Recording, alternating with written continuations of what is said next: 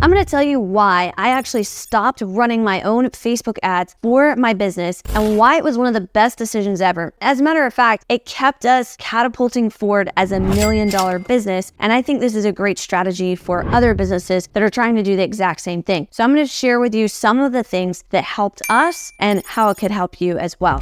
So first of all, for those of you who don't know me, my name is Jennifer Waters. I am the Sales and Systems Sensei. Thanks very much for joining. I want to describe to you what happened. You see, back when I was 18 years old, my family's martial arts school was not doing so well. We weren't generating a lot of revenue. In fact, my father, who started the school many years ago, he was still running a full-time construction job. I was just graduating high school, and I turned down a full ride to college in order to pursue my dream of growing this business. And in fact, over the next 4 to 5 years, we grew the business from barely turning over any revenue, $4,000 or $5,000 a month, to $1 million enterprise. Ever since then, we've kept it at $1 million.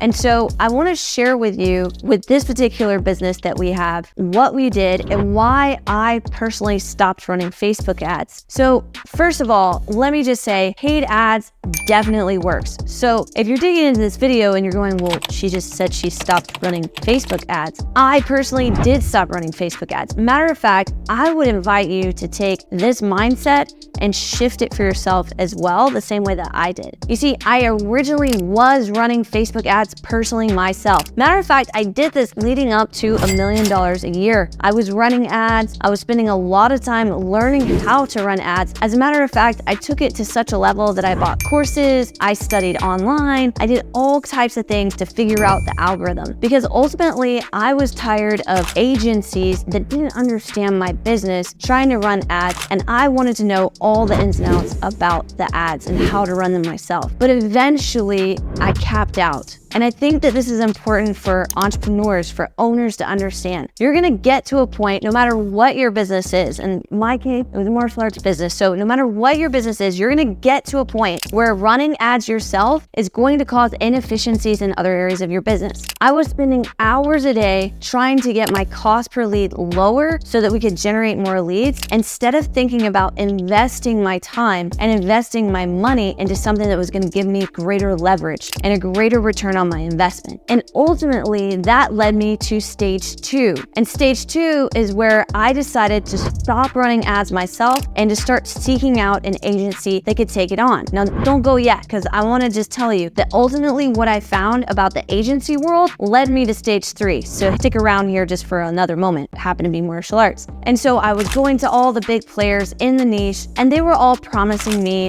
the moon, the stars, and everything else between. That the cost per lead would be lower, that I would be getting more leads in, and that ultimately all I needed to do was tell them what my budget was and they could help. And that right there was a mistake, because I was telling them random numbers. Ultimately, I didn't even understand what numbers mattered. And this led me to leaving thousands and thousands of dollars on the table, and also losing thousands of dollars by spending money that I had no idea what I was spending it for, or ultimately what my budget should be. It wasn't until years later that I really started diving into the actual cost of acquisition, and I started figuring out what the actual amount of leads was that I needed to convert over into paying customers, into paying students.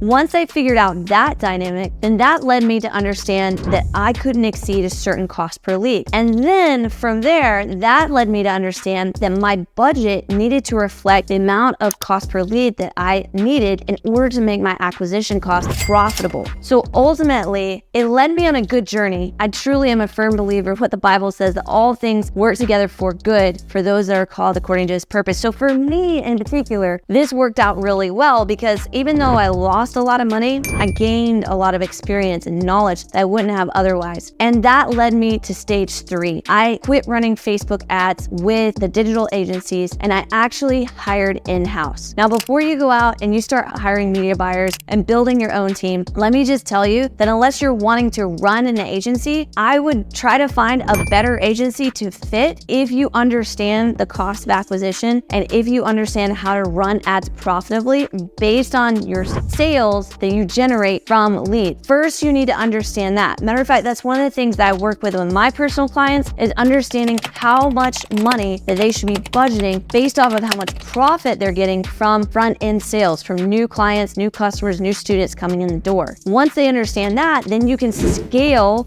your advertisements. If you don't understand that right now, the best fit for you probably is to have an agency running those ads and guessing at the results. When you get to that next point, you either need to hire a company like 7-Figure Dojo, where we help you understand that and we'll also run your ads for you, so it's a very transparent process, or you need to build out an in-house media team. Now, I will tell you that I did this personally for my own business, and then later when I started 7FD and we started working with other businesses and other clients around the world, I really just loaned out my team to them because my team is awesome. So when I brought media buyers in-house, I had no idea what I was getting into. I didn't know how to hire them. I didn't really know what I was looking for, and I had no idea what I would gain from it. But what I did know is that I had a lot of experience working with team members. I mean, over the years inside of our brick and mortar business, I've had the opportunity to have 20 to 25 team members in that. And now with our online business, 7-Figure Dojo, we have 30 plus team members. So I know how to manage teams. I know how to hire people. I know what to look for on that side. What I didn't know was the technical ins and outs of every small detail of media buying. But what I also knew that helped me in the hiring process was I knew the nuts and bolts of what it looked like in order to run effective ads. I also knew copywriting inside and out because I'd been running and creating my own ads for years previous to this. And I also knew what would be the best offer in order to put out in front of a crowd to get the most amount of leads from online advertising. So I already knew all those things, which led me to finding my first media buyer, my first person to run ads. When I brought this person internally into my team, again, like I said, I wasn't sure how everything was going to turn out, but it actually was a really great decision for me. However, like I said, if I hadn't done all the hard work and spent all the hours and essentially learned how to run an agency for myself, I would have never brought someone in-house to run my own brick and mortars ads. I would have just stuck to finding a better agency, albeit probably outside of the martial arts niche, because I just didn't find anybody that could run ads and understood how I needed to make a profit on my sale. But what I did discover is once I did bring them internal, it was much easier to convey ideas. It was much easier to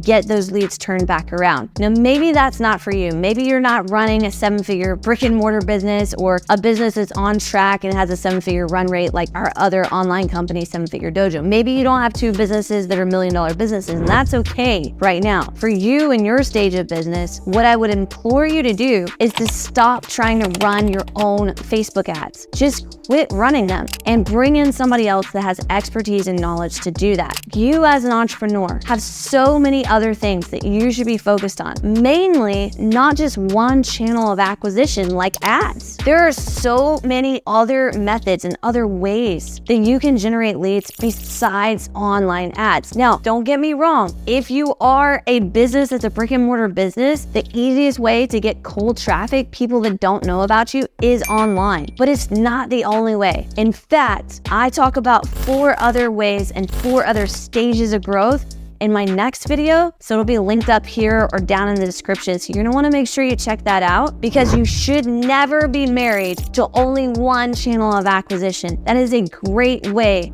to have failure, especially when that channel of acquisition goes up in cost or is completely pulled out from underneath you.